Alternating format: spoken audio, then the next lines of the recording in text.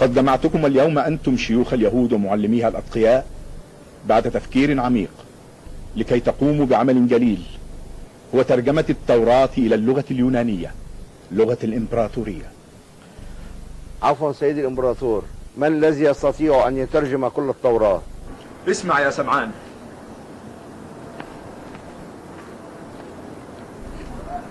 سوف تقسم أسفار التوراة فيما بينكم، ويترجم كل فرد منكم جزءا منها بدقة شديدة. ولنبدأ من الآن على أن نلتقي في القريب العاجل. والآن يمكنكم الانصراف إلى أعمالكم.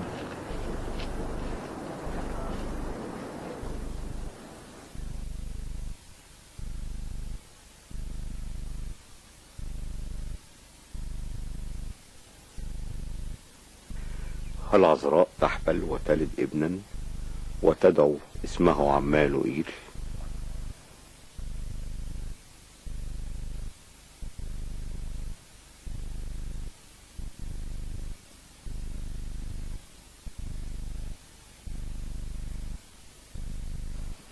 كيف وبأي منطق؟ وكيف أترجمها هكذا أو أفسرها ويقرأها اليونان وكل الشعوب؟ إنهم سينظرون إلى التوراة بخجل. فهل من المعقول أن تحبل العذراء؟ سأكتبها. ها هي شابة تحمل وتلد. اكتب ما تقرأ ولن تموت حتى ترى بعينيك تحقيق هذه النبوة.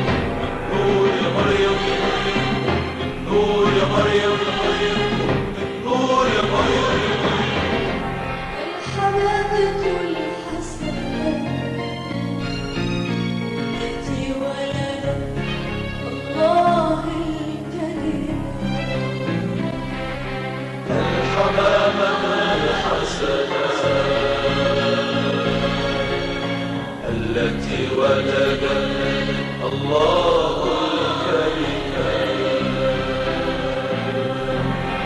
عنقود الحياة السماء الثانية السماء الثانية. النور يا مريم يا مريم، النور يا مريم يا مريم، النور يا مريم يا مريم، العذراء مريم مريم، العذراء مريم مريم، النور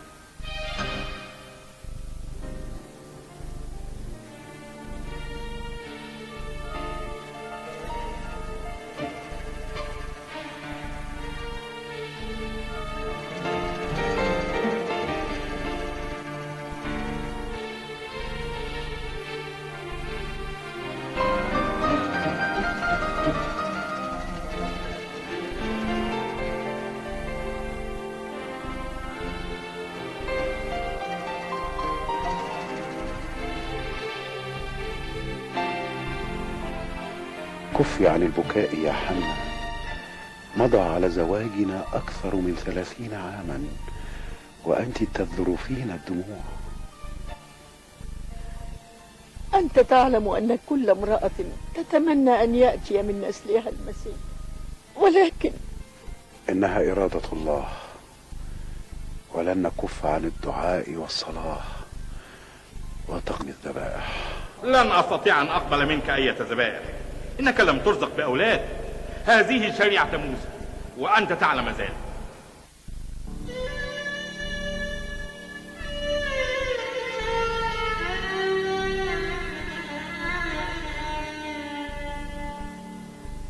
كنت أعلم أن الكاهن سيرفض منك الذبيحة لأننا لم نرزق بأطفال.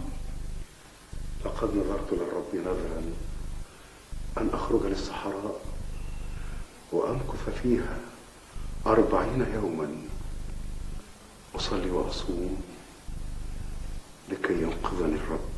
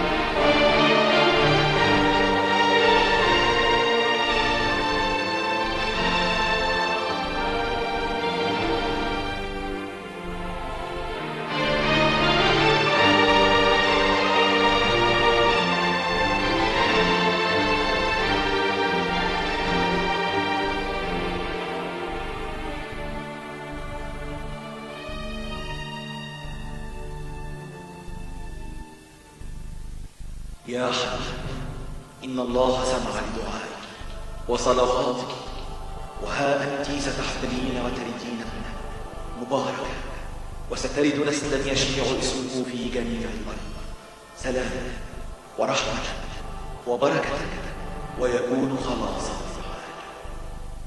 حي هو الله، سوف أقدمها قربانا للرب لتخدمه كل أيام حياتها في هيكله المقدس.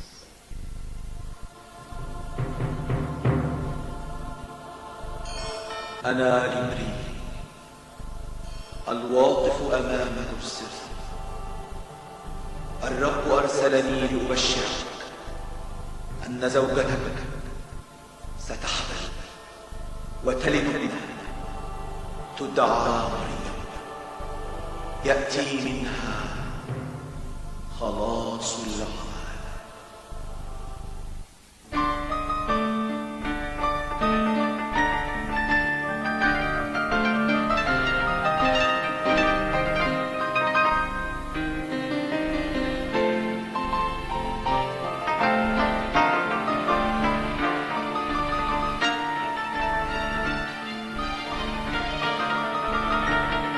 هل علمت ما حدث لي؟ بل ما حدث لي كان أغرب، لقد ظهر لي ملاك الرب. وظهر لي أنا أيضا، وعلمت منه أنك ستحبلين وتلدين ابنة تدعى مريم. لقد استجاب الله لنا يا يواقيم. أشكرك يا إلهي، أشكرك.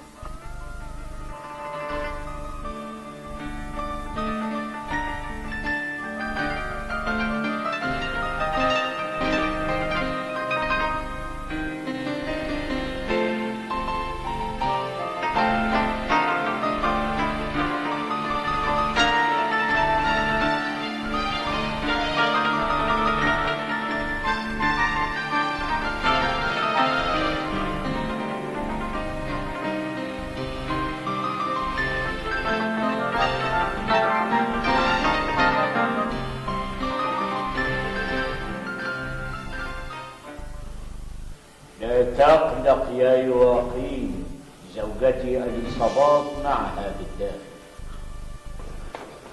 أبشر يا سيدي، لقد أعتق له طفلة لم أرى مثل جمالها، وجهها يشع نورا عجيبا. هل سمعت ما قالته أسير يا زكريا؟ أشكرك يا إلهي، أشكرك يا رب، يا من استجبت لطلبة يواقيم وحنة، لماذا لم تستجب لطلبتي وزوجتي اليصابات؟ يا رب، انظر يا يواقيم كم هي جميلة. ماذا ستسميها؟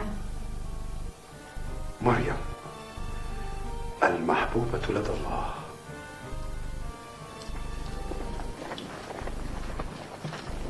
ليبارك الرب في طفلك، سمعنا إنها جميلة. شكرا لكم جميعا، هي عطية الله لنا. شكرا.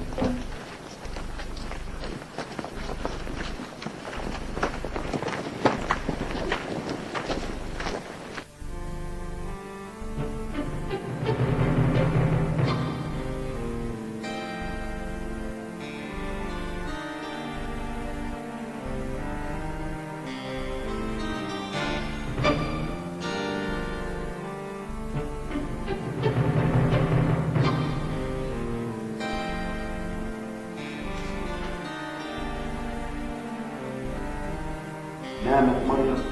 نعم. لقد أكملت 3 سنوات و10 أيام. نعم، وغدا سيكون دخولها بيت الرب لتدخل الهيكل.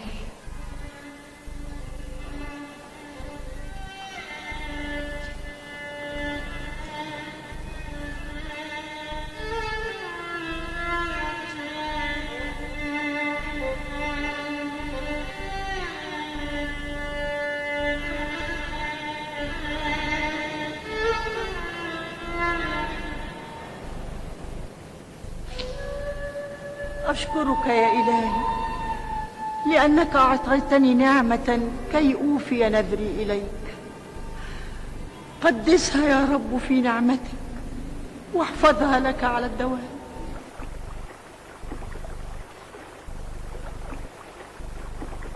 ما بك يا اليصابات؟ أرى الحزن في عينيك.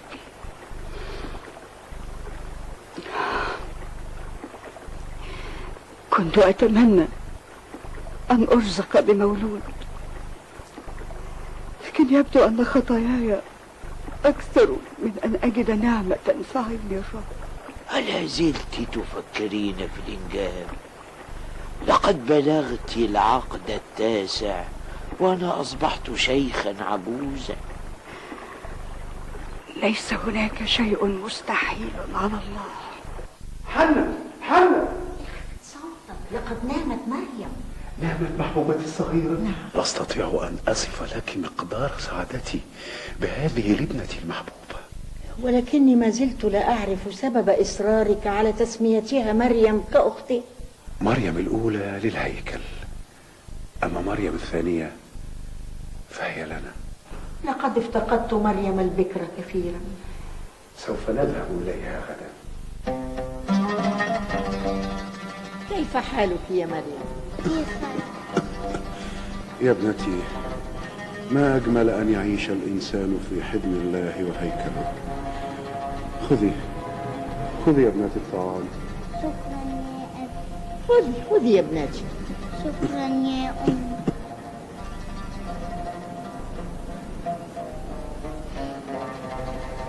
وأنت يا مريم ألا تأكلين؟ في كل مرة يحضر والداك لك الطعام لا تأكلين منه شيئا وتعطينه لفقراء الهيكل. زكريا، أنا لا أعرف كيف أعبر لك عما أحس به تجاه محبوبتي الصغيرة مريم، فهي ليست كبقية الأطفال في مثل سنها. إحساس صادق يا يواقيم، إنها فعلا دائمة التعبد، عطوفة متواضعة. وأي تواضع! أتعرف يا زكريا، في كل مرة نذهب إلى الهيكل لنعطيها الطعام تأخذه وتعطيه إلى فقراء الهيكل وتقول: يا أبي، طعامي هو خبز الحياة، منه أشبع وبه لا أجوع، يسقيني ماء عذب، ماء لا أعطش منه أبدا.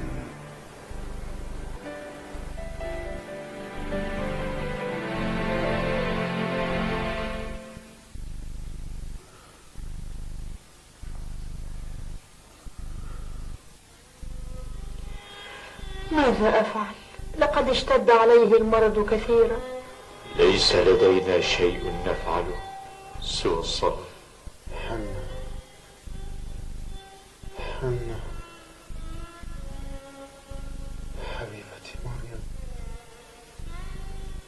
اشتقت إليها كم كنت أتمنى أن أراها وأمليها بعيني. احفظها يا رب في لطفك، ثبتها في محبتك. مريم مريم،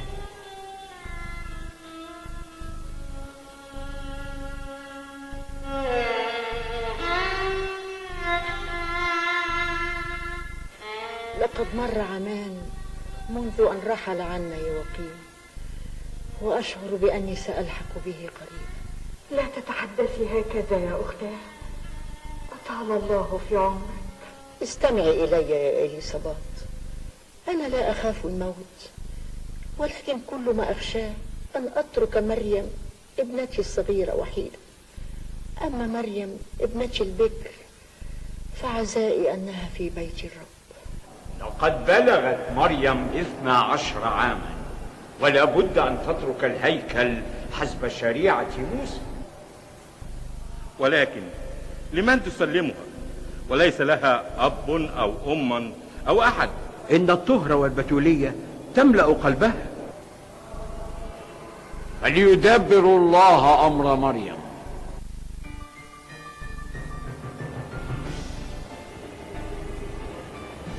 كما يشتاق الأيل إلى المياه هكذا تشتاق نفسي إليك يا الله. تأملناها تأملناها تأملناها أيتها النسوة، إنها إحدى بنات داود، ومن بطنها سيأتي مشتهى الأجيال. ماذا تقولين يا حنا يا بنت فنوئيل؟ اجمع 12 من شيوخ وشبان يهوذا الأتقياء، وخذ عصية واكتب على كل منها اسم صاحبه، وضعها في الهيكل، والتي تظهر منها علامة من السماء يكون صاحبها هو المختار لمريم. الله،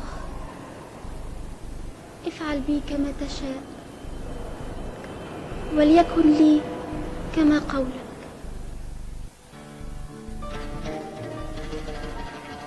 يا إله السماوات والأرض، ها أنا ذا فعلت كل ما أمرتني به. هلم أظهر قوتك ومحبتك، وقل لي إلى من يسلم عذراء المذبح مريم بنت يواقيم.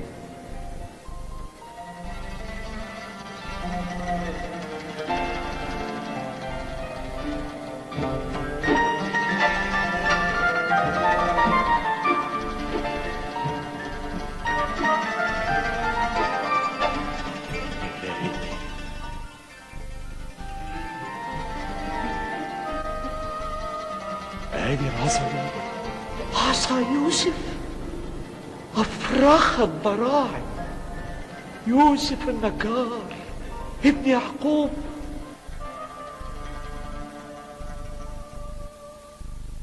آخر ما نتوقع يا رعوز أن تكون عذراء الهيكل من نصيب الشيخ يوسف النجار.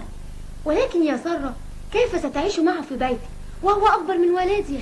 كلا، تذكري أنها خطيبته وليست زوجته. ها، سنرى كيف سيعامله وكيف ستكون الحياة بينهم. ارحمني فإنني شيخ ضعيف وأخاف أن أصبح سخرية لإسرائيل. ماذا يقول الناس عني؟ شيخ في العقد 9 من عمري يرتبط بفتاة في 12. يا يوسف، لو كان الأمر بيدنا كنا أعطيناها إلى شاب صغير، ولكنه أمر من السماء، وليس لك إلا أن تمتثل لأمر السماء وأن تحافظ عليها. ها أنا أمامكم عبد الرب، فلتكن إرادته. مبارك أنت يا إلهنا، مبارك أنت يا ملك الملوك، يا من حرمت ما بين الخطيبين ما أجزته للزوجين. مبارك أنت يا ملك إسرائيل، يا من باركتنا بهذه الخطة.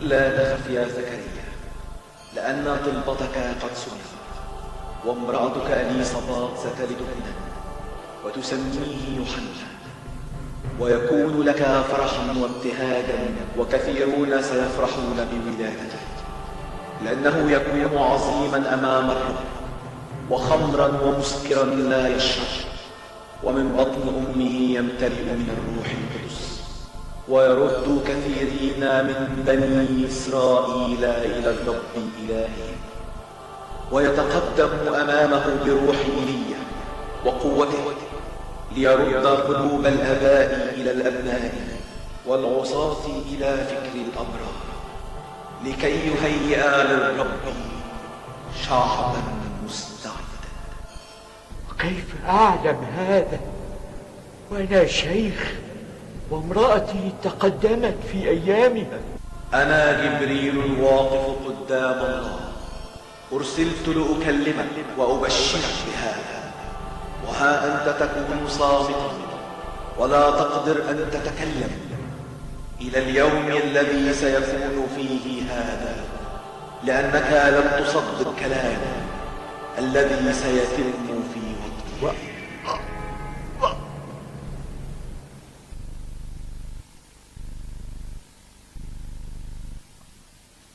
السلام لك أيتها الممتلئة نعمة، الرب معك، مباركة أنت في النساء. لا تخافي يا مريم، لأنك قد وجدت نعمة عند الله، وها أنت ستحبلين وتلدين ابنا وتسمينه يسوع.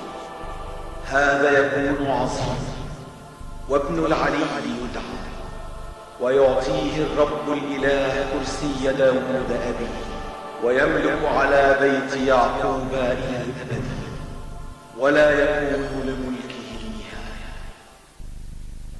كيف يكون هذا وأنا لست أعرف رجلا؟ الروح القدس يحل عليك، وقوة العلي تظلك، فلذلك أيضا القدوس المولود منك يدعى ابن الله. هو ذا أليصابات نسيبتك، هي أيضا حبلى بابن في شيخوختها، وهذا هو الشهر السادس لتلك المدعوة عاقر، لأنه ليس شيء غير ممكن لدى الله. هو ذا أنا أمة الرب، ليكن لي كقولك.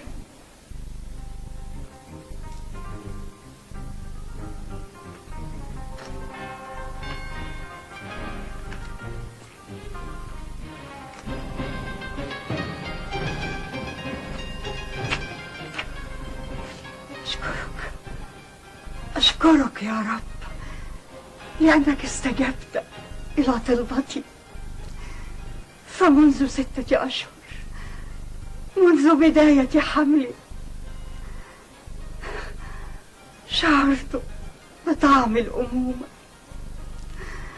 وهو الجنين يتحرك في بطني. أحس بنبضات قلبي تدق في قلبي كي تذكرني بحبك وحنانك.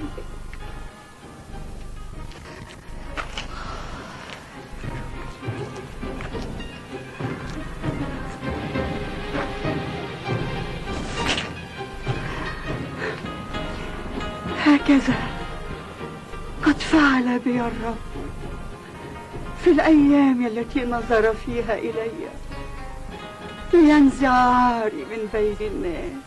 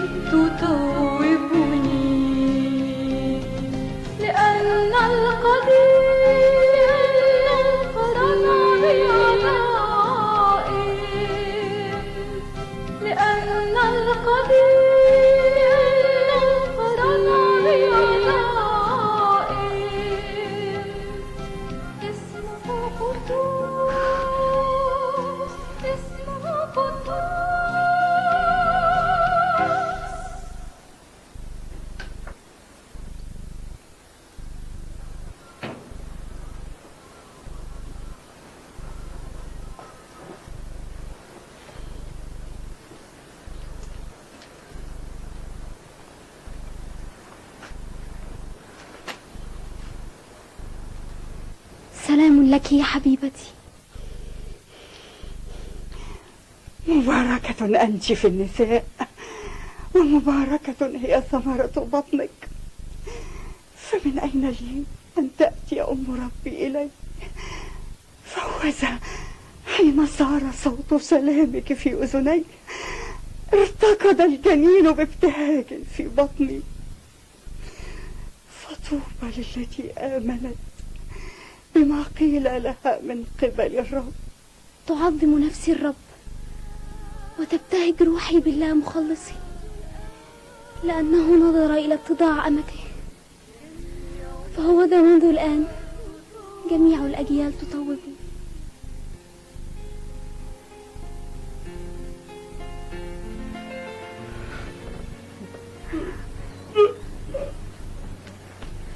لقد أعطاك الله طفلا جميلا. لقد تعبت يا مريم في خدمة أليصابات. وبماذا تسمينه؟ لقد أخبرتني أليصابات إنه لابد أن يدعى يوحنا. ليس أحد في عشيرته بهذا الاسم.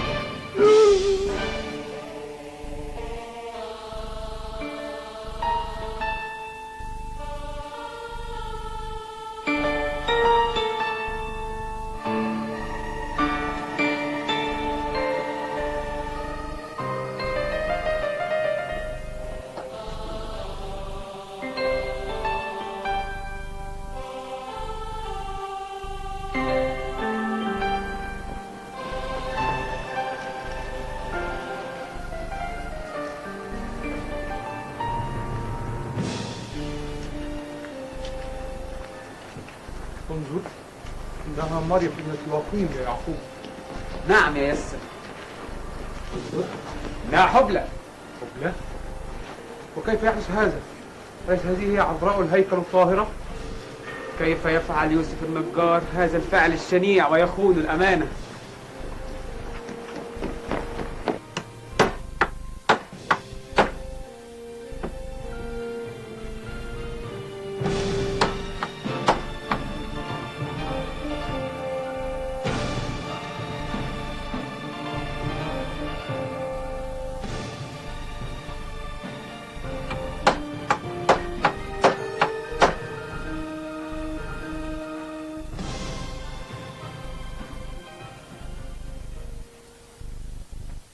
يا إلهي،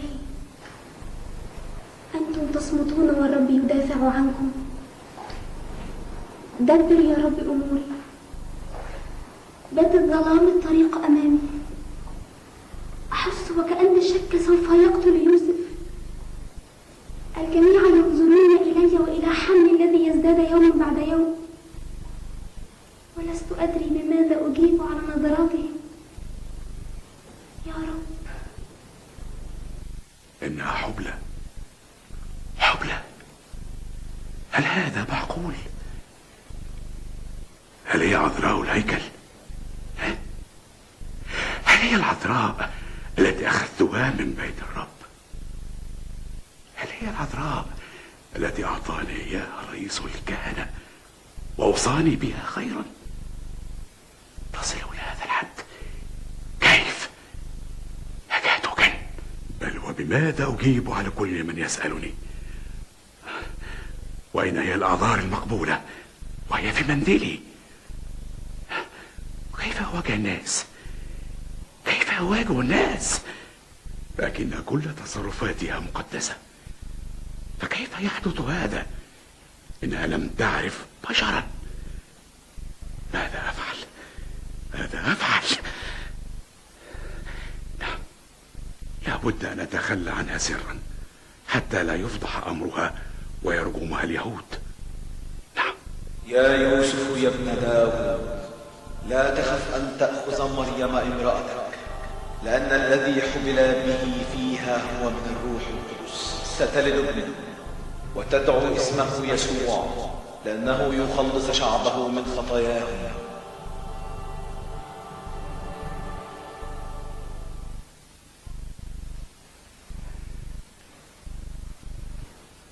السلام لك يا أم مخلص البشرية. الآن أيقنت بأن الذي فيك هو مخلص البشرية، هو دائما الأحياء والأموات.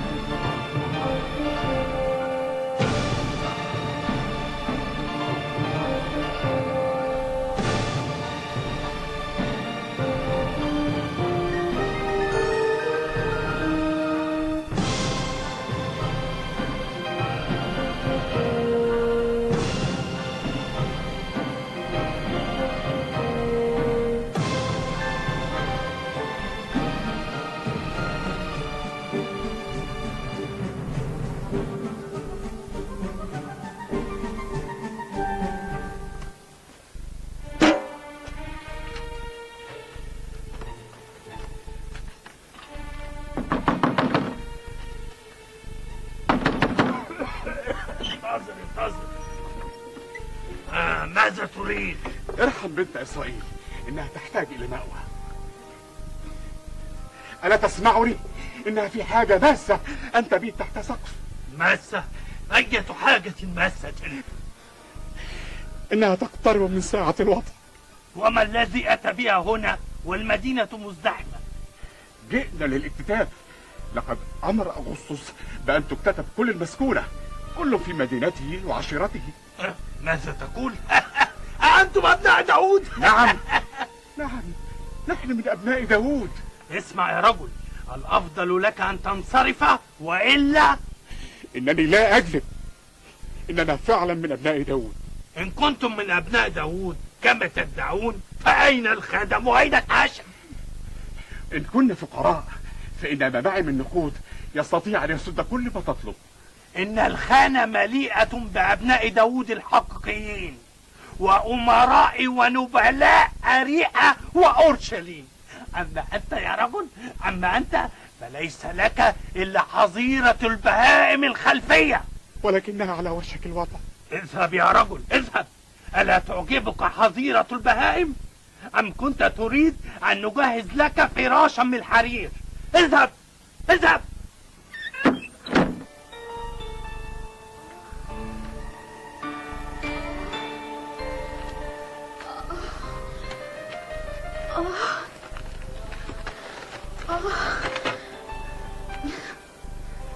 لعلها إرادة الله أن يولد مشتهى الأجيال في أحضان الحيوانات الوديعة. لا موضع لنا سوى حظيرة الماشية، الساكن في ستر العلي في ظل القدير يبيت. سأذهب لأحضر لك سيلومة قابلة.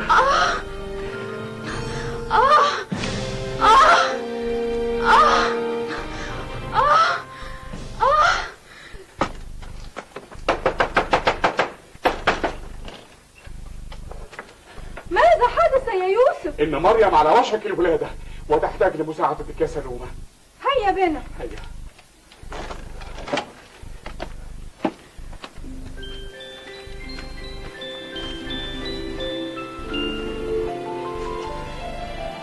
يا إلهي، لم أرى جمالا مثل هذا من قبل. وجهه كتلة من النور. يا إلهي،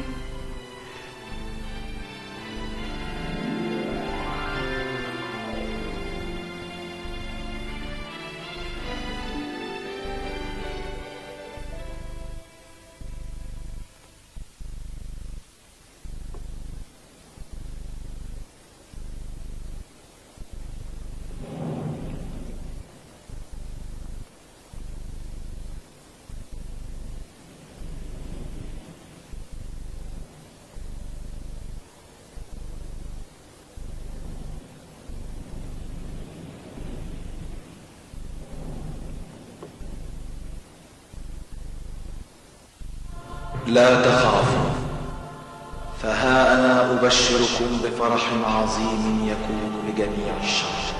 إنه ولد لكم اليوم في مدينة داود مخلص والمسيح.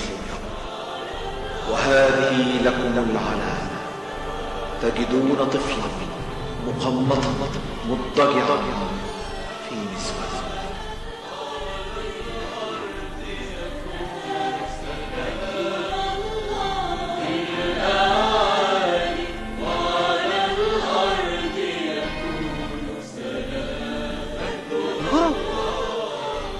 انظروا هذا النجم، إنه غير عادي.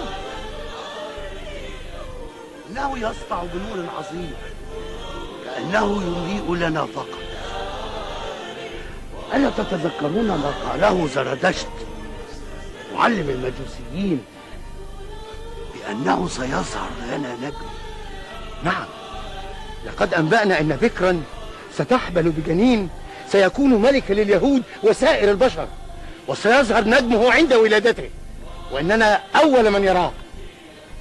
أوصانا أن نذهب إليه ونسجد له ونقدم له الهدايا. إنه هو الكلمة.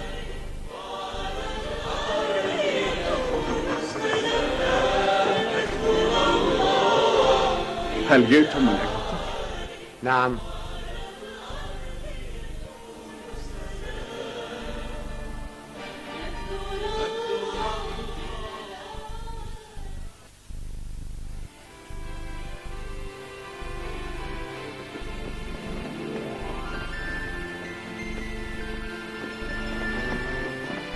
تصدقين أنها لا زالت عذراء حتى بعد الولادة؟ ماذا؟ هل جننتِ؟ لا يا يهوديتا، حقا لقد تأكدت من هذا بنفسي بعد الولادة. هذه وظيفتي، إني قابلة. أنسيت ذلك؟ هل سمعت ما حدث في خانك مهام يا يشوع؟ نعم يا هارون، بيت لحم كلها تتحدث عن ميلاد طفل، يقولون إنه ملك، ولكن هل تأكد أحد من هذا يا هارون؟ يقولون أن مجموعة من الرعاة قد زاروه، وأن طفل عجيب يشع نورا غريبا، وكيف أن ملاك الرب قد ظهر لهم وأرشدهم عن مكانه. كيف يحدث هذا؟ هلم يا رجل هلم. ما اسمك؟ يوسف الناصري من نسل داود. عمرك؟ 80 عاما تقريبا. ما اسمك؟ مريم ابنة يواقيم. ما اسم الطفل؟ اسمه يسوع الناصري ابن مريم المولود في بيت لحم من نسل داود. لقد تمت أيام طهرك يا مريم، ولابد أن نصعد غدا لتقدم ذبيحة الطفل يسوع. هل أحضرت زوج الحمام الذي سوف نقدمه غدا؟ نعم يا يوسف.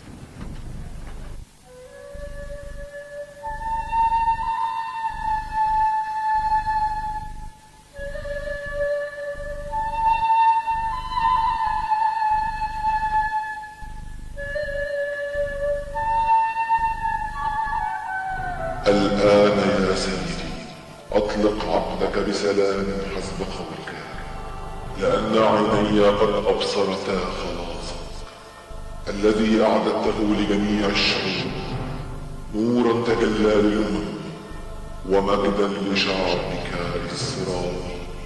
لقد استولى نيقولا مستشار الملك ومؤرخ القصر على قلب أخي الملك هيرودس، بعد أن أضاف إلى اسمه لقب ماجينوس هيرودس الكبير. نعم يا شلمث، لقد فرح الملك بلقبه الجديد كطفل صغير، وسلمه مقاليد الحكم وأصبح يستشيره في كل صغيرة وكبيرة.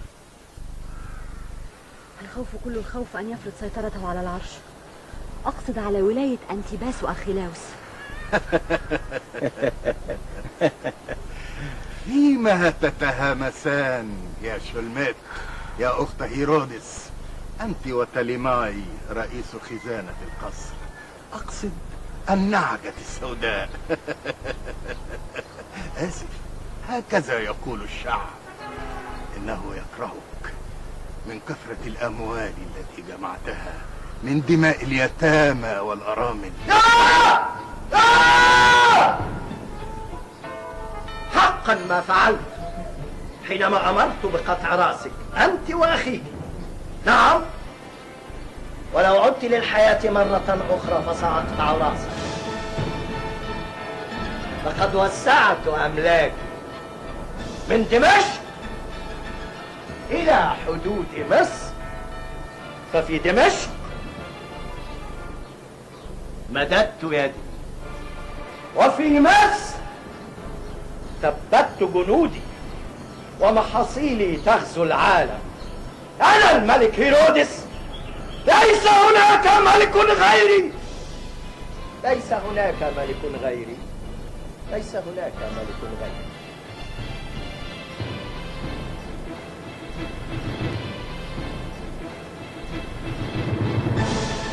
ليس هناك ملك غيري.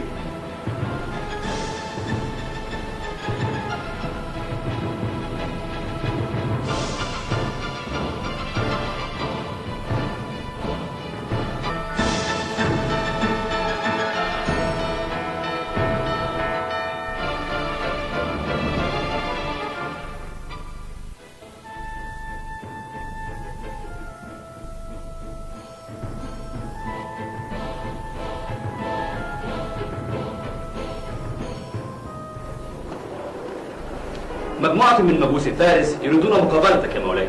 أدخلهم على الفور. أمر مولاي. تفضلوا بالدخول.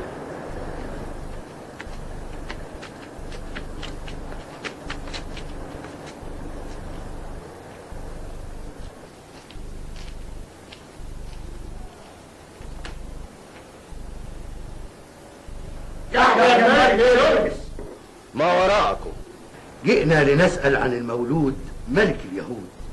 من؟ ملك؟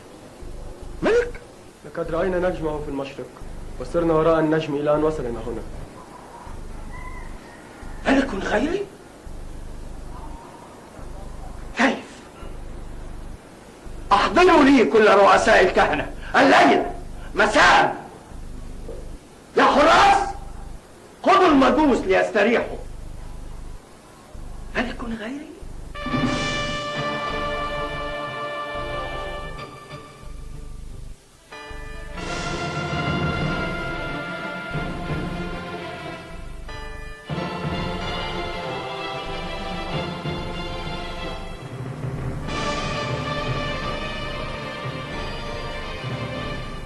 جمعتكم اليوم يا رؤساء الكهنة لتخبروني أين يولد ملك اليهود؟ في بيت لحم اليهودية، لأنه هكذا مكتوب بميخا النبي. ملك غيري في بيت لحم؟ ملك غيري يريد أن ينزع الحكم مني؟ أشكرك، انصرف.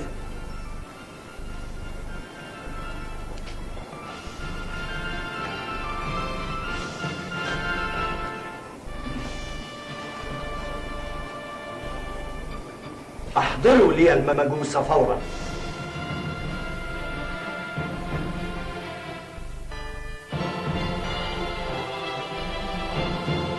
انبئوني بكل شيء بمنتهى الدقة.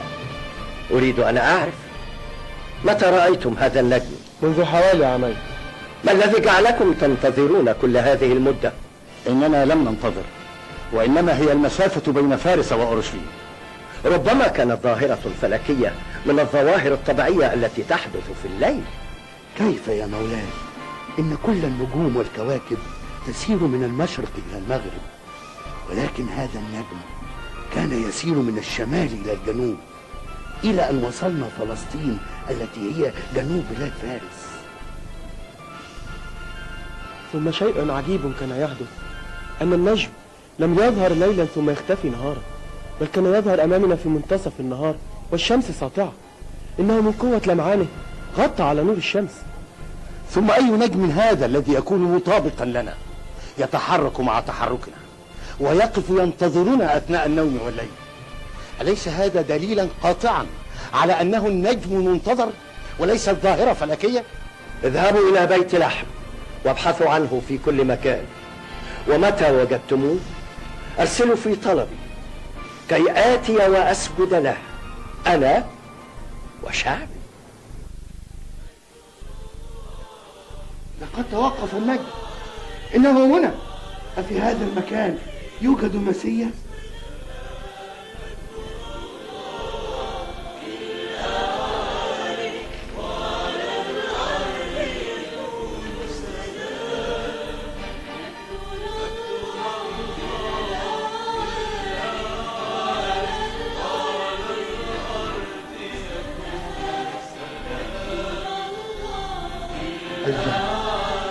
رمز النور،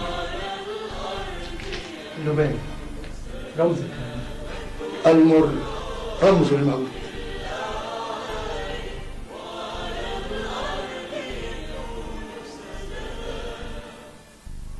كيف عاد المجوس إلى بلادهم دون أن يخبروني بمكان المولود؟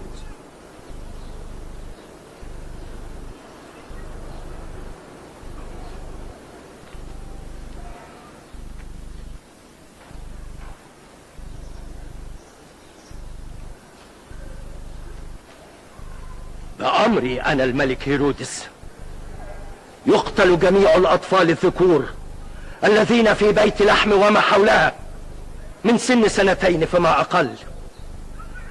ينفذ الأمر حالا حالا.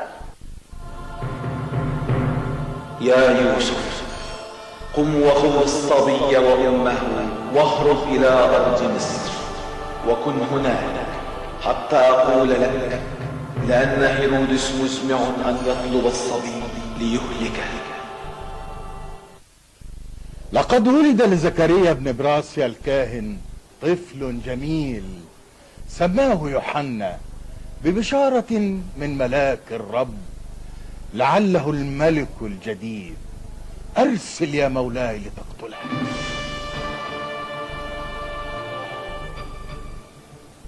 فليقتل فورا فورا.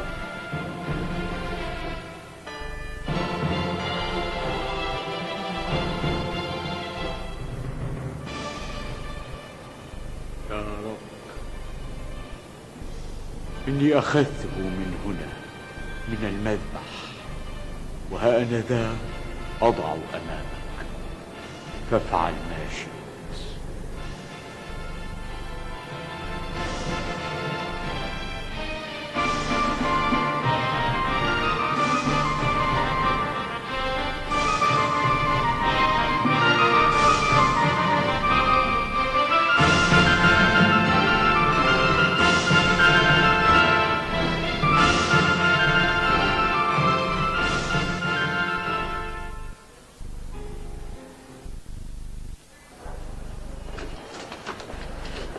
ماذا تريدون؟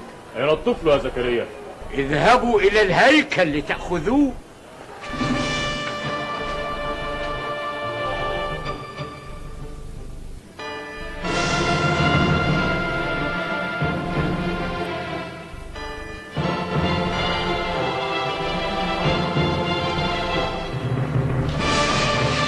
أتهزأ بنا يا زكريا؟ لم نجد الطفل.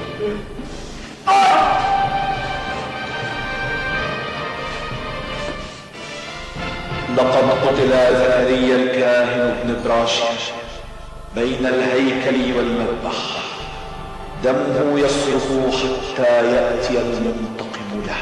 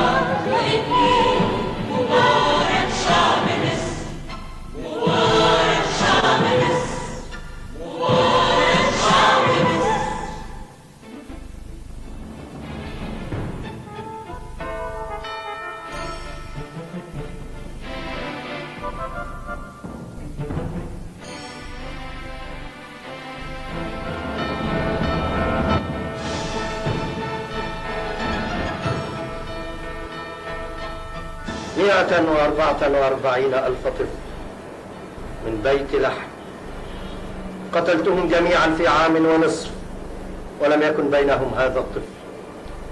مولاي، عندي أخبار في غاية الأهمية. قل ما عندك. علمت من الجنود بمصر أن طفله وأمه قد هربا، وقد وصل الآن إلى مدينة أورس. وماذا تنتظر؟ ارسل إليه من يقتله. أمرك. وإذا صدق كلامك لك عندي مكافأة صعبة. لماذا أتى جنود هيرودس إلى هنا؟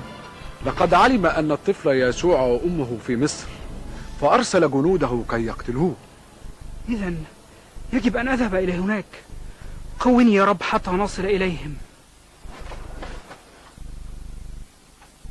يوسي،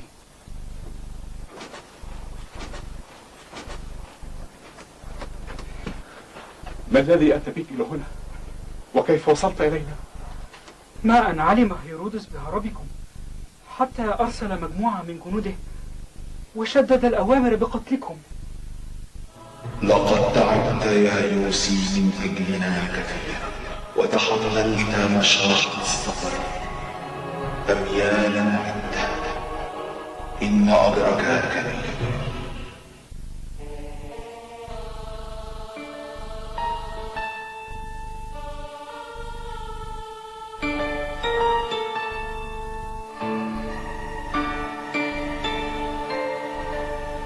أنا يوسف النجار الذي من الناصرة، خادم السر الإلهي العظيم.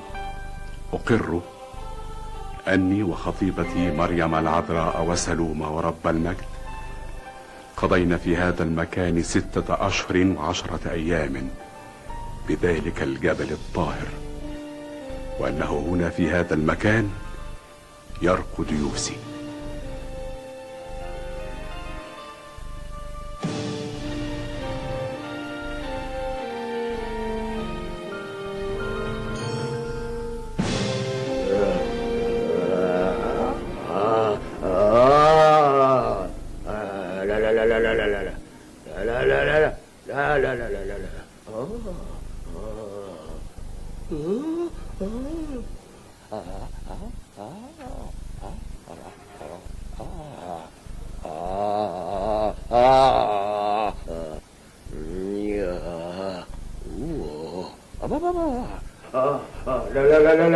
لا أريد أن أموت، لا أريد أن أموت.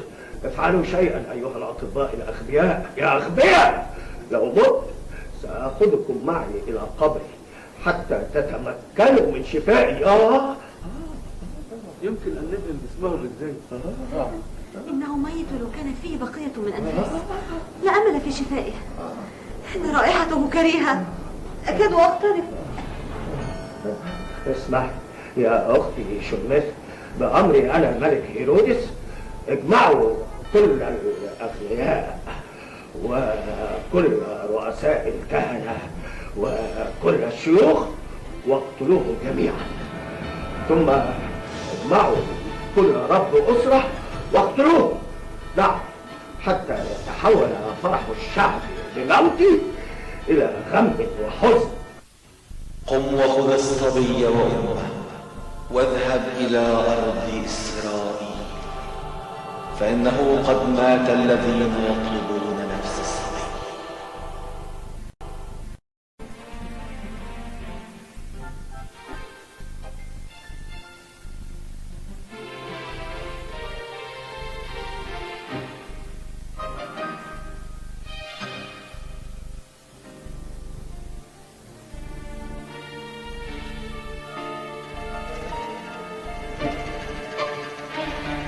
أشعر بتعب شديد، لقد كانت الرحلة شاقة جدا من مصر إلى فلسطين. نعم، لقد كانت رحلة قاربت على 4 سنوات، ولكن عناية الرب كانت واضحة لنا. أين سلومة؟ إنها نائمة بالخارج. وهل نام الطفل يسوع؟ نعم. هل سنذهب إلى الفصح غدا يا يوسف؟ نعم، سنذهب غدا لعيد الفصح في أورشليم.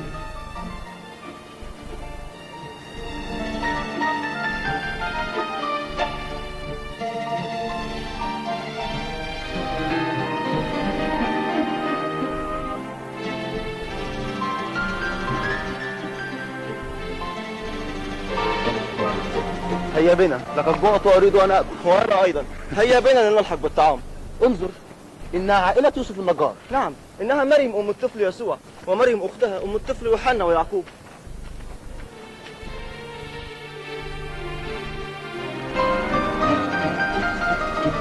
مرحبا بكم، مرحبا بكم. أهلا يا هريم. تفضلوا. تفضل معي هنا يا شيخ، وأنتم تعالوا معي.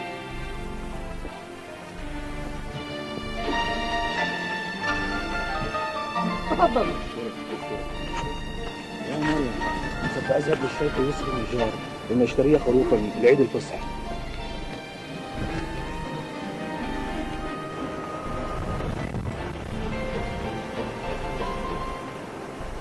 هيا يا شيخ يوسف، لنشتري خروفا لعيد الفصح. هذا جيد جدا.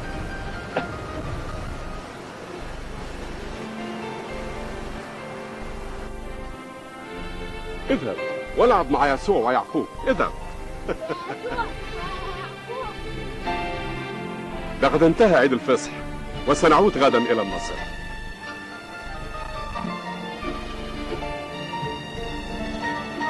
نحن مستعدون يا شيخ يوسف. هيا بنا فلنعود من حيث أتينا. أين يسوع؟ لابد أنهم مع أولاد زبدي وسوف يلحقون بنا. هيا بنا.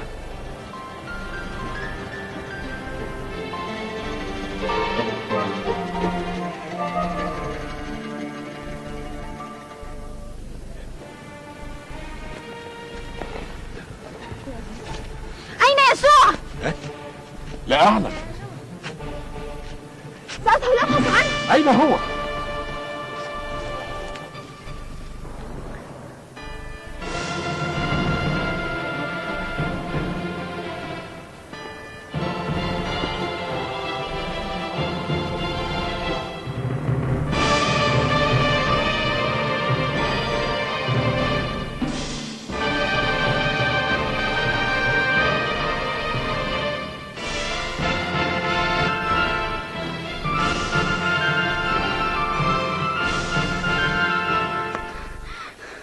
هل وجدت الصبي؟ لم أعثر له على أي أثر. اهدئي اهدئي، إنه مكتمل السنين وسوف نعثر عليه.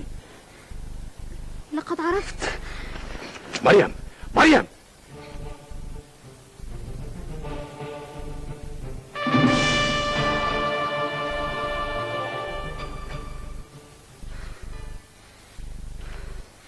ابني حبيبي، لماذا فعلت بنا هذا؟ لماذا كنتم تطلبان؟ ألم تعلما أنه ينبغي أن أكون في مليئتي؟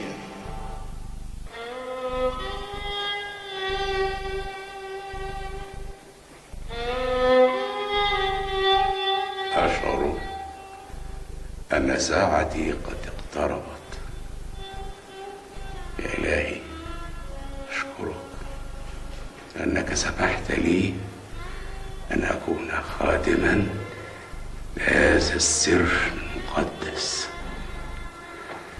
قد تعبت معنا يا يوسف وتحملت مضايقات اليهود ومشاق السفر، فلم أسترح.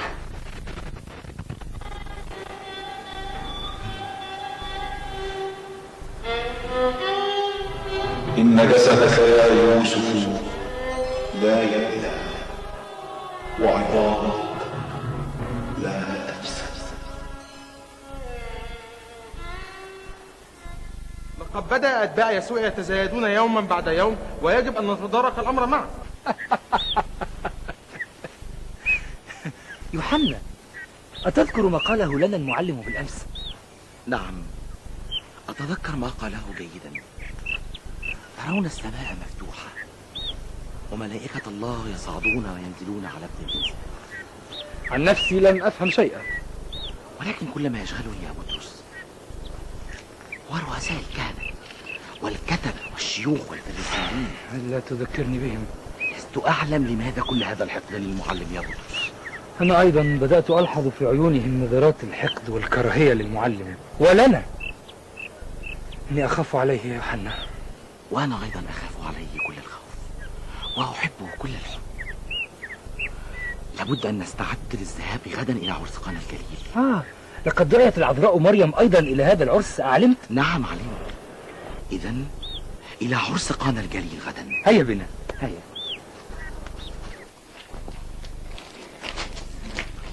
تقدم يا يوحنا، خذ بيدي لقد تعبت.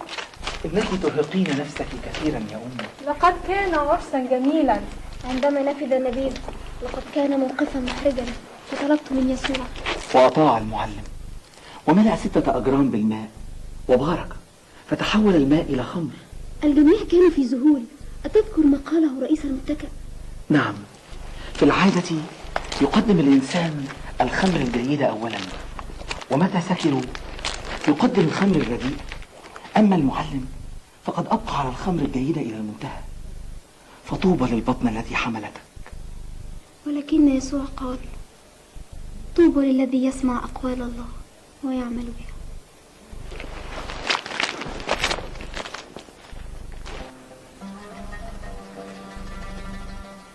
إن قلبي يذوب في أعماقي، إنني أرى إنه لا حق لي في أن أتطفل على أسرار قلبي. حاشا لي أن أحاول أن أرفع الستار عن قدس أقداسي. رأيته يكبر ويتسع كموج البحر العظيم،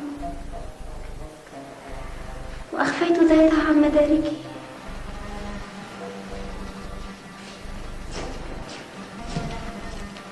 سيدتي، أما زلت مستيقظة؟ نعم يا سلمى. إنك ترهقين نفسك كثيرا، لابد أن نستعد للذهاب غدا إلى كفر نحوم. نعم، غدا سنذهب إلى كفر نحوم حتى ألقى ابني وإلهي.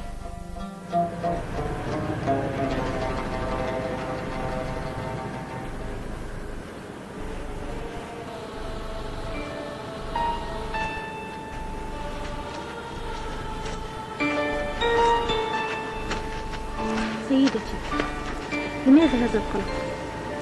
إنك في الطريق إليه وسوف يملأك بالفرح.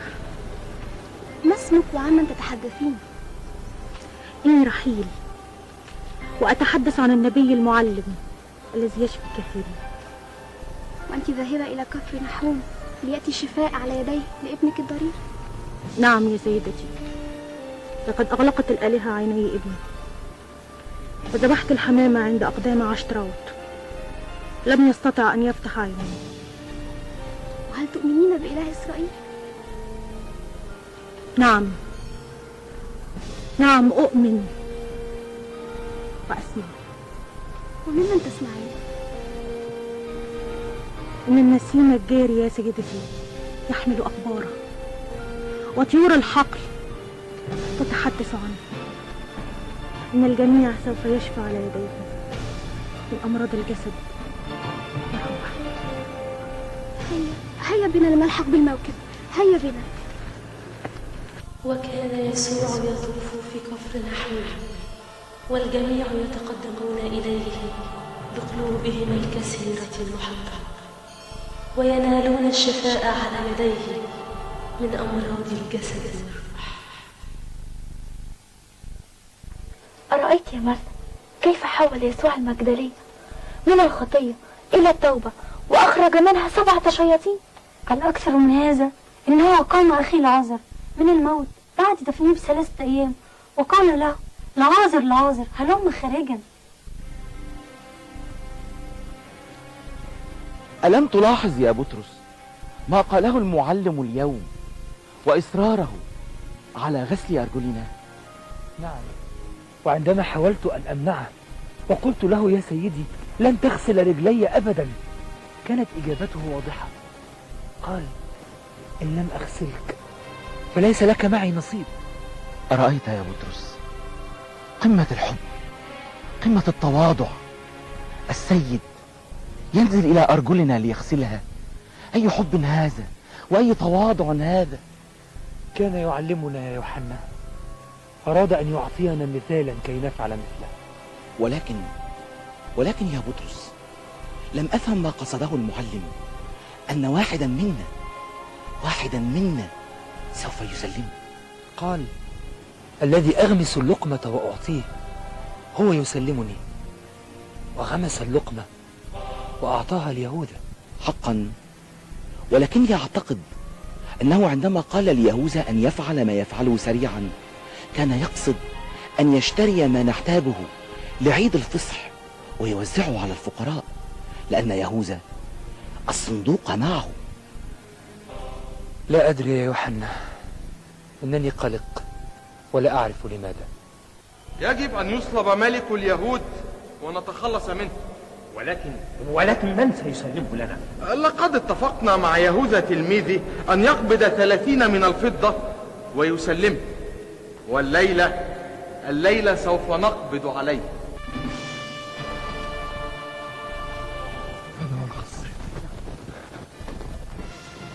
ماذا نفعل يا يوحنا؟ سأدخل إلى رئيس الكهنة كي أعرف ما حدث بشأن يسوع، فمنذ أن قبضوا عليه لا نعرف أي شيء. سأدخل. لكن ألا نتمهل حتى يتضح لنا الموقف؟ لا، سأدخل. أنت يا يوحنا ابن زبد الذي يخدم لنا الأسماك. نعم. ادخل. وأنت أيضا من تلاميذه. لا، لست أنا. وأنت أيضا من تلاميذه. لست أنا. أما رأيتك معه في البستان؟ لا، لست أنا. قبل أن يصيح تنكرني 3 مرات. كيف أنكره؟ لقد كنت من أوائل تلاميذه، وعشت معه طوال هذه المدة. رأيته وهو يشفي المرضى ويقيم الموتى ويتجلى ببهاء يفوق لمعان الشمس، وأنكرته. سامحني يا يسوع، سامحني.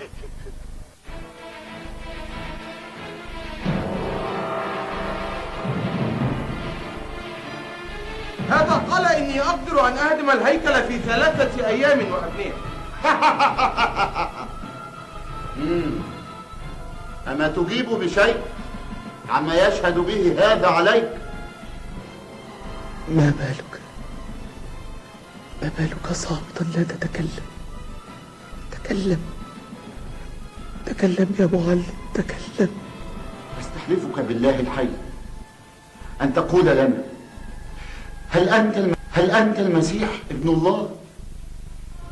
أنت قلت وأنا أيضا أقول، لأنكم من الآن تبصرون ابن الإنسان جالسا عن يمين القوة وآتيا على سحر.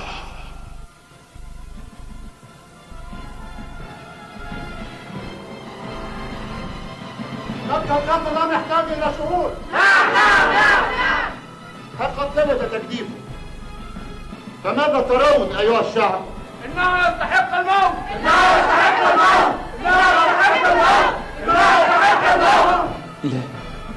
لا، كيف يموت؟ لا، كيف يموت؟ كيف؟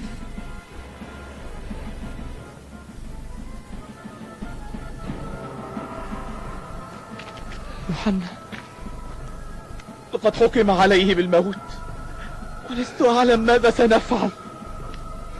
لم يعد هناك وقت لنضيعه. هيا لنعلن هذه الأخبار لبقية التلاميذ. نعم، سوف أذهب إلى بيت عنيا حيث لعازر ومريم ومرثا كي أخبر الأم المتألمة بهذه الأخبار. لكن يا بطرس، كيف سنخبرها بهذا الخبر؟ كيف؟ هيا يوحنا، هيا، لا وقت الآن. ماذا حدث يا يوحنا؟ لم نسمع خبرا عنكم. لم يحدث شيء يا أمي. لقد بدأ القلق يساورنا. لم يحدث شيء.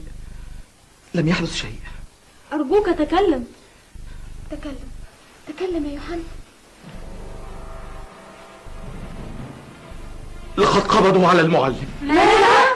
بعد الفصح خانه يهوذا وباعه ب30 مرة. فشاور عليه رؤساء الكهنة والكتبة في بيت القيامة، حكموه وقالوا إنه مستوجب الموت، وجلدوه وأخذوه إلى بيلاطس كي يحاكمه، ولكنه لم يجد علة واحدة فيه، فأحضر ماء وغسل يديه وقال إني بريء من دم هذا البار. ولكن الشعب القاسي الحجري القلب قالوا اصلبوا دمه علينا وعلى أولادنا، وجلدوه ووضعوا على رأسه كيل شوك وألبثوه ثوب أرجوان. لا أستطيع يا أمي أن أصف لك ما يقاسيه من ظلم وألم. لا أستطيع يا أمي. أتوسل إليك أتوسل إليك يا يوحنا أن تأخذني إليه، إنه سوف يلاقي مصيره، فلا أقل من أن أكون بجانبه.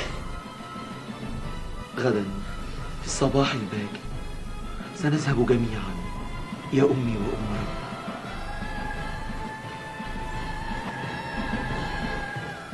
لا تبكي يا أختي، أرجوك لا تبكي.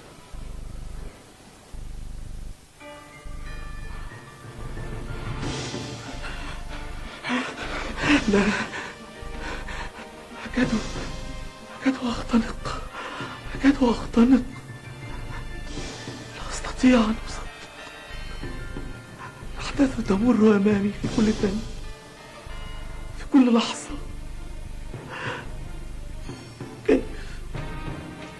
كيف يهوذا أتبيع النفيس بالرخيص، تأخذ 30 من الفضة قابل رب المجد.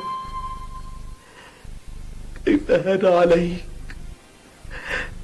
كيف هان عليك يا يهوذا، كيف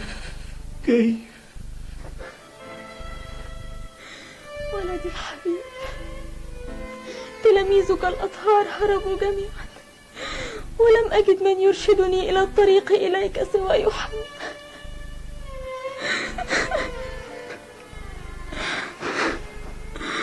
يهوذا باعك ب30 من الفضة، بطرس أنكرك، يعقوب هرب، أما أندراوس فلم يأتي إلى المدينة بالمرة. مرقس ترك ثيابه وهرب، يعقوب بن حلفة ومتى وبرثلماوس كانوا أول الفارين خوفا من اليهود. فيلبس لم يستطع الوقوف عندما أبصر مشاعل تضيء هناك.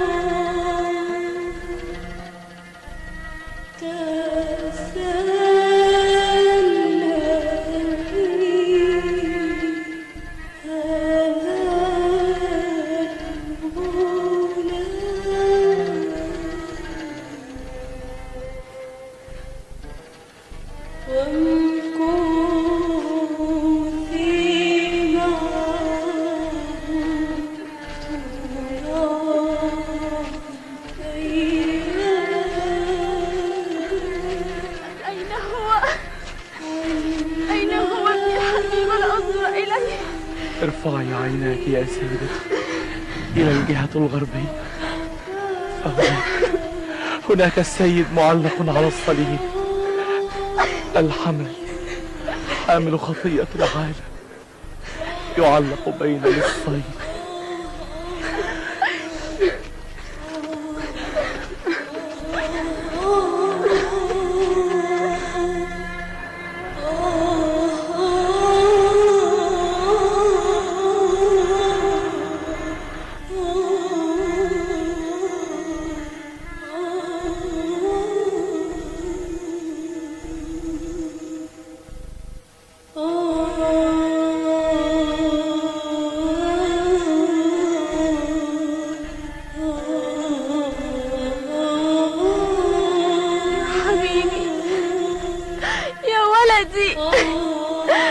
ليتني ألبس إكليل الشوك على رأسي لأشاركك أباك.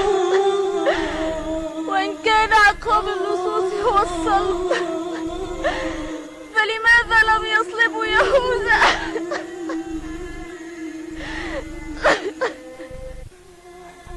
لماذا نتحمل كل هذه الآلام؟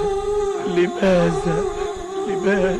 أما العالم فيفرح لقبوله الخلاص، أما أحشائي فتلتهم عند نظري إلى صلبوتك الذي أنت صابر عليه من أجل الكل يا ابني وإلهي. يا ابن هو ذلك، يا يوحنا هو ذلك، يا أبا بيديك. يا ولد الحبيب،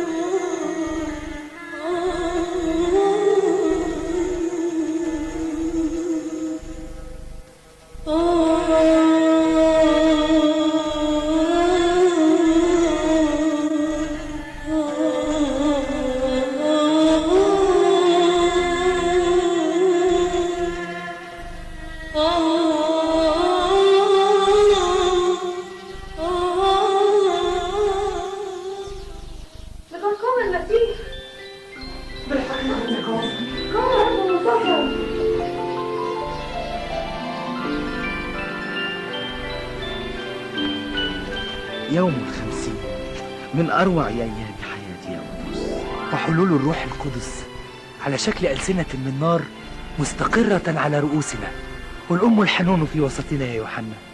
وجرأتك وعظتك يا بطرس التي ضمت للكنيسة في يوم واحد 3000 نفس. إنما هي كلمات النعمة يا يوحنا التي وضعها الروح القدس على لساني، واختيار الله لمتياس ليحسب معنا تماما كما تنبأ الكتاب المقدس عن يهوذا، لتصر داره خرابا وليأخذ وظيفته آخر. أتمنى أن نلتقي معا كما كنا من قبل مع المعلم. لقد تشتتنا يا يوحنا، ولكن المسيح استخدم ذلك في خدمة الكنيسة، فالذين تشتتوا جالوا مبشرين بالكلمة. توما في الهند ومتياس في بورتوس لا تقلق يا أخي الحبيب، فإن لم نلتقي هنا ثانية فسنلتقي في الملكوت. مؤكد. نحن لا نخاف من الذي يستطيع أن يحرق الجسد، بل بالأحرى نخاف من الذي يستطيع أن يحرق الروح والجسد معا. تقووا يا إخوتي، تقووا في الإيمان. إن كان العالم يبغضكم فاعلموا أنه قد أبغضني قبلكم، يقول الرب. إني أتعجب كيف يسجدون لصنم أصم أبكم مصنوع بيد بشر. نحن لا نسجد إلا لله الواحد خالق السماوات والأرض. إن الأهالي قد ضاقوا وحطموا الأوثان التي يعبدونها بسبب هذا الذي يدعى متياس. إنه لا يحترم القوانين ولا الآلهة، لقد صنع عجائب كثيرة بسحره وقد آمن به الكثيرون. إذن فليسجن متياس هذا على الفور. يا الله الذي شق في البحر طريقا وقام من الأموات، قادر أنت وحدك أن تنجيني وتخلصني وتظهر عجائبك حتى يؤمن الشعب بك. متياس يا إلهي، أرشدني إلى مكان متياس واظهر عجائبك معنا. يا أمي الحبيب، متياس في سجن في بطرس، وسوف آخذك على سحابة حتى تنقذيه من سجن.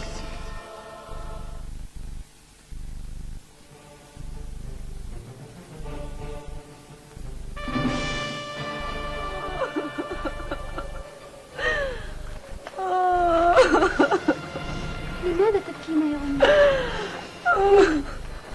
قولي حتى يزيل ابن النصري كربك عنه. لا تذكري اسم النصري لئلا يحل بك ما حل بالرسول متياس، فقد سجنه الوالي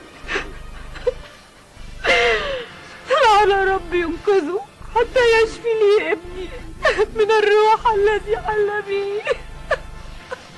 إن كان أحد يستطيع أن يخفي نور الشمس فلا يمكن إخفاء عمل ابن الحبيب ورسل الأطهار.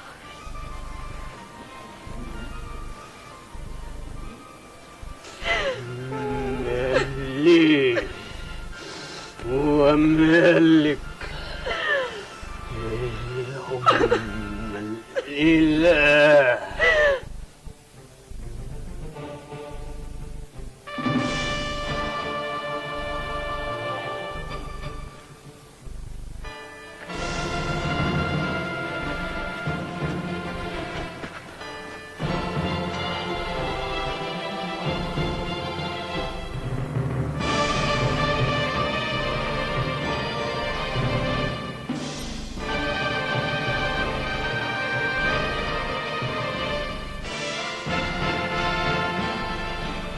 مباركة هي الساعة التي حلت فيها أم يسوع في بلدي. هيا معي لترشديني إلى مكان السر لننقذ متياس الرسول. هيا.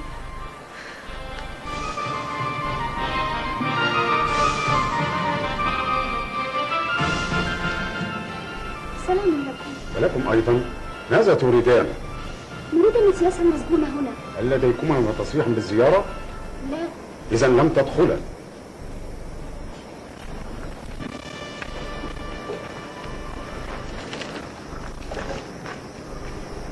يا الله الذي حل العالم من رباطات الخطية، حل جميع المتاريس ودع الحديد يدور.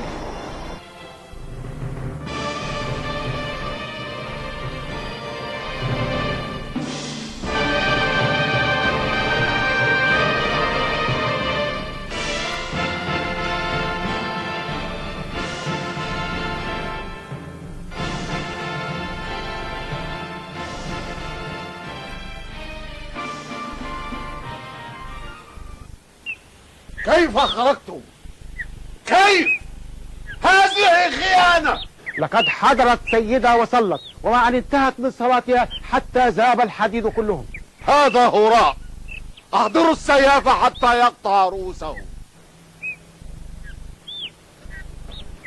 يا سيدي، لقد حضر أهل المدينة وقالوا أن الحديد في كل مكان قد ذاب.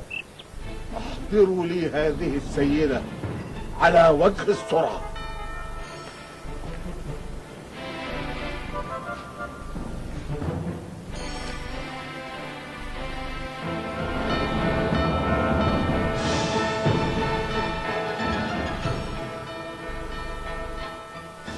سيدي، ها هي ذي.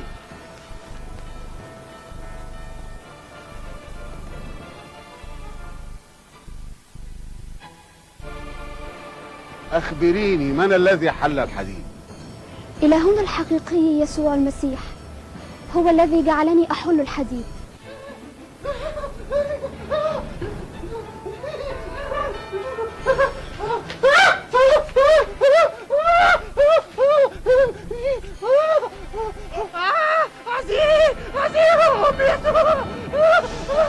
اخرج منه يا شيطان.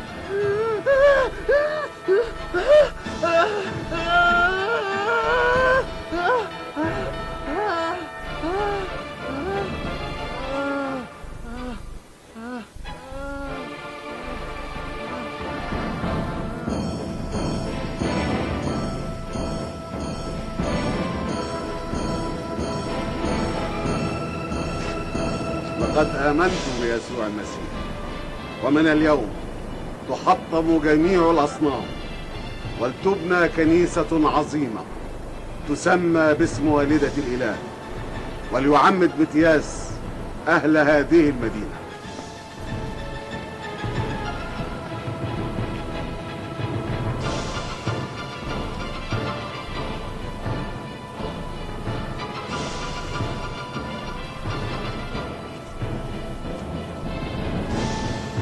إنها أم ملك اليهود، كل يوم تأتي إلى هنا، يجب أن نتخلص منها. اللعنة إنها نذيرة شؤم.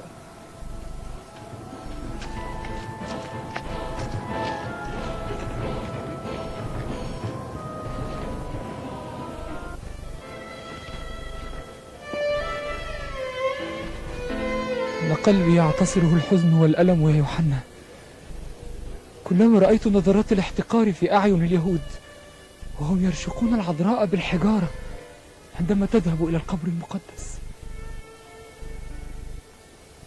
إنها بركة غالية وديعة ثمينة أعطاها لي المعلم على الصليب.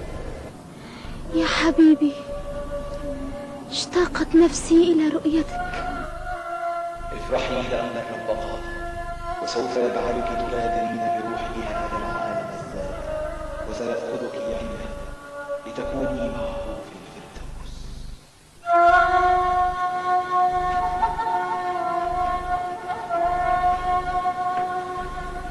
لقد اشتد المرض بالعذراء، وهي تريد أن ترى يوحنا ومعه الرسل.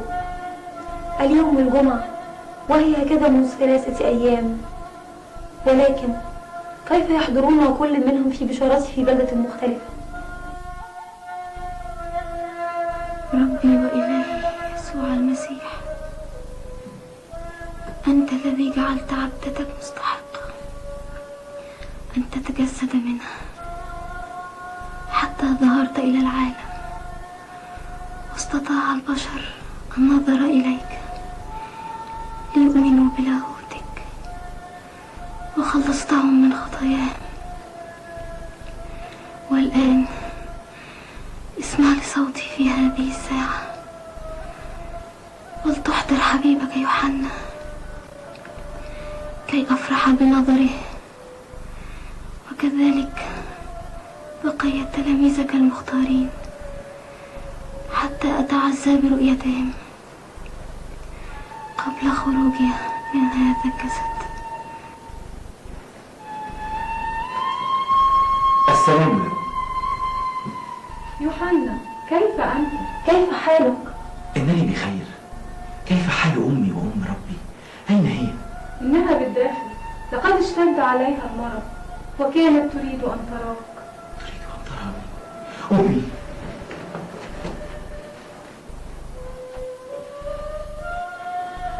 السلام لك يا أمي وأم ربي المباركة في النساء.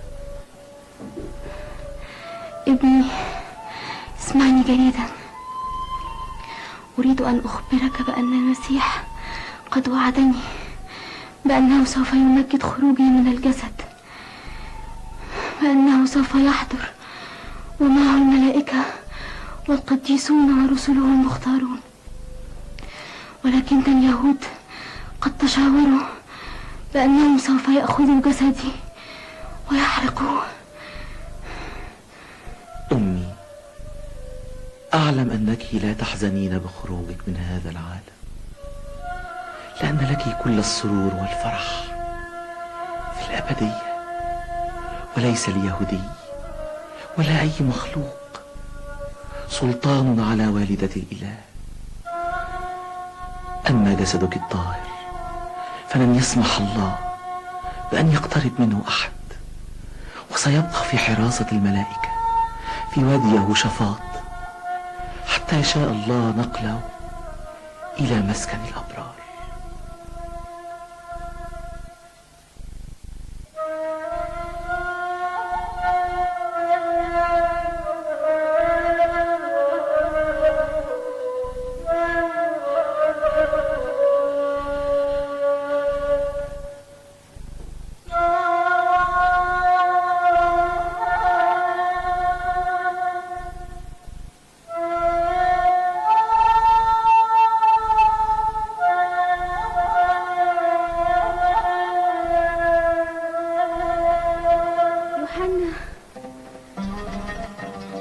نعم يا أم وأم ربي. ارفع البخور وصلي عني، لأني خارجة من هذا الجسد غدا في مثل هذا الوقت. أمي، إن فراقك الجسدي يحز في نفسي، ولكن عزائي أنك ستذهبين إلى الفرح الأبدي، وسنلتقي معا ومع يسوع، ونعيش في سعادة دائمة وفرح كامل. يا إله السماوات والأرض، تمجد في خروج العذراء من هذا الجسد. آمين يا يوحنا. إن صوت السماء يجمع رفقاءك التلاميذ، وهم الآن يأتون إلى سلام المباركة في النساء.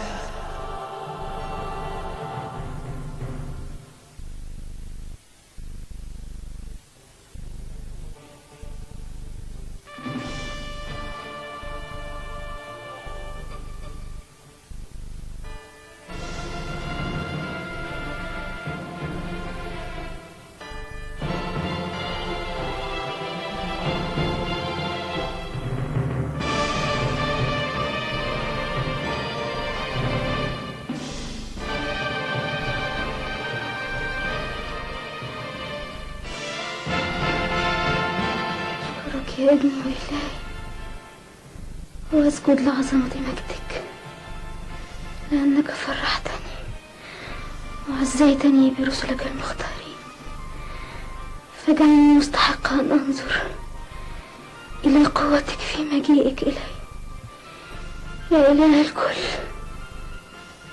تطلع الآب من السماء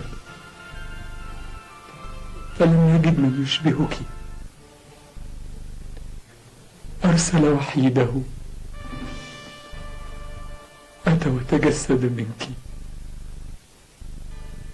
السلام لك يا مريم والدة الإله العذراء كل حين. صلي عنا يا أم وباركينا، اطلبي أمام الرب عنا في كل حين. ويبارككم يسوع ويرحمكم ويغفر لكم خطاياكم.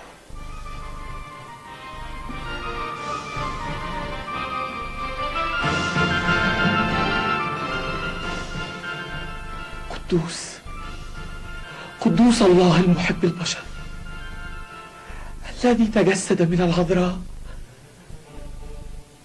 أمي الحبيبة تعزت، من اليوم ستكونين معي في الفردوس لكي تنعمي بما أعددته لك يا رب.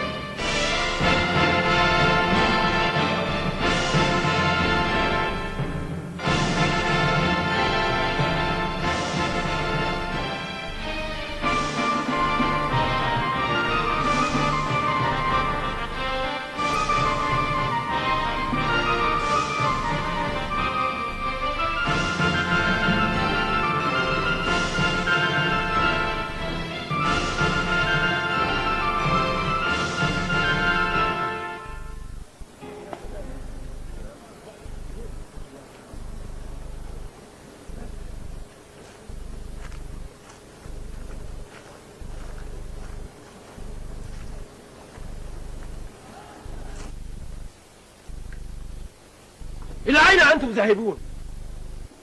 من أنت؟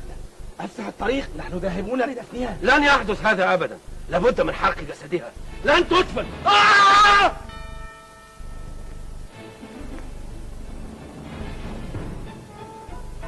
يا يسوع المسيح الذي قبل توبة اللص اليمين على الصليب واعتراف، اقبل توبتي، تحنن عليه يا يسوع، تحنني عليه يا أم النور العذراء الطاهرة مريم، تشفعي فيه يا أم النور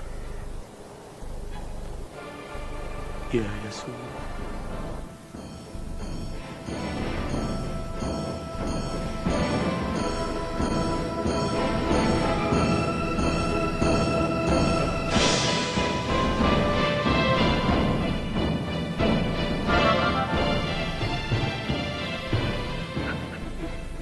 أشكرك يا يسوع، أشكرك يا أم النور، أشكرك يا يسوع، أشكرك يا رب. يا أم النور يا رب، لقد عاد ذراع الرجل. يا عذراء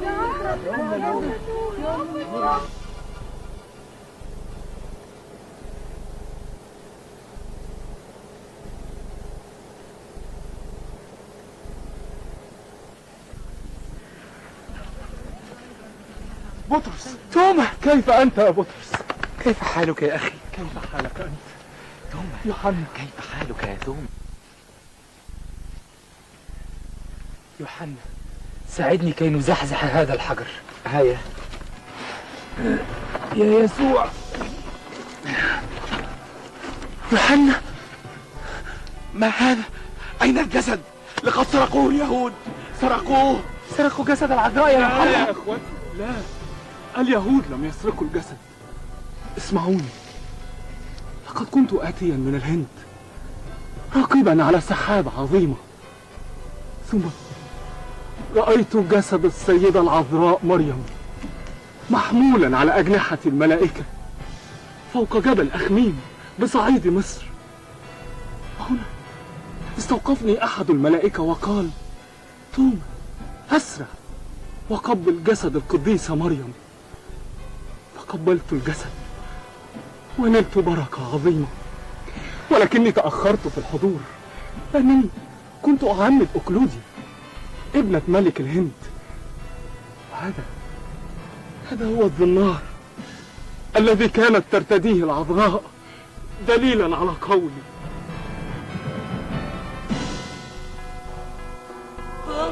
الملك